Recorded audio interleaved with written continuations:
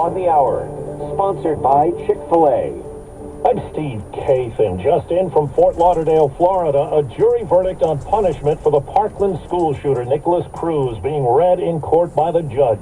We, the jury, unanimously find that the aggravating factors are sufficient to warrant a possible sentence of death. Yes. A final decision on that will be made by Judge Elizabeth Shearer. Cruz shot and killed 17 students and staffers in 2018 at Marjorie Stoneman Douglas High School.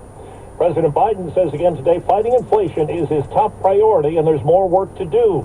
Consumers know the problems all too well. Everything's gone through the roof. Rent's up, food costs up, gas is up. Today, the government reported a rise in consumer prices last month, or 8.2% higher than 1 year ago.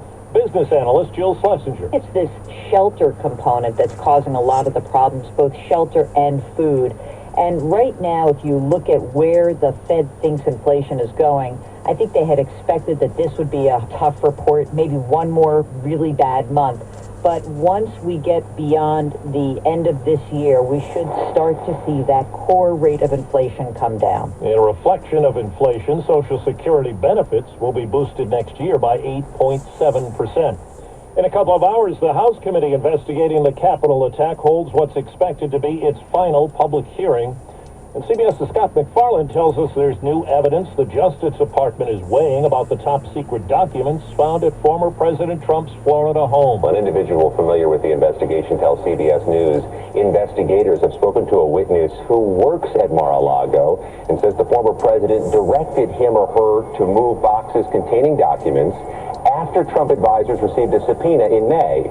The handling of the boxes and the documents were part of the FBI's reasoning to get a warrant. In Bristol, Connecticut, 2 police officers were shot and killed and a third seriously injured when they responded to a domestic violence call. Police Chief Brian Gould. They answered a call to duty and they responded without hesitation.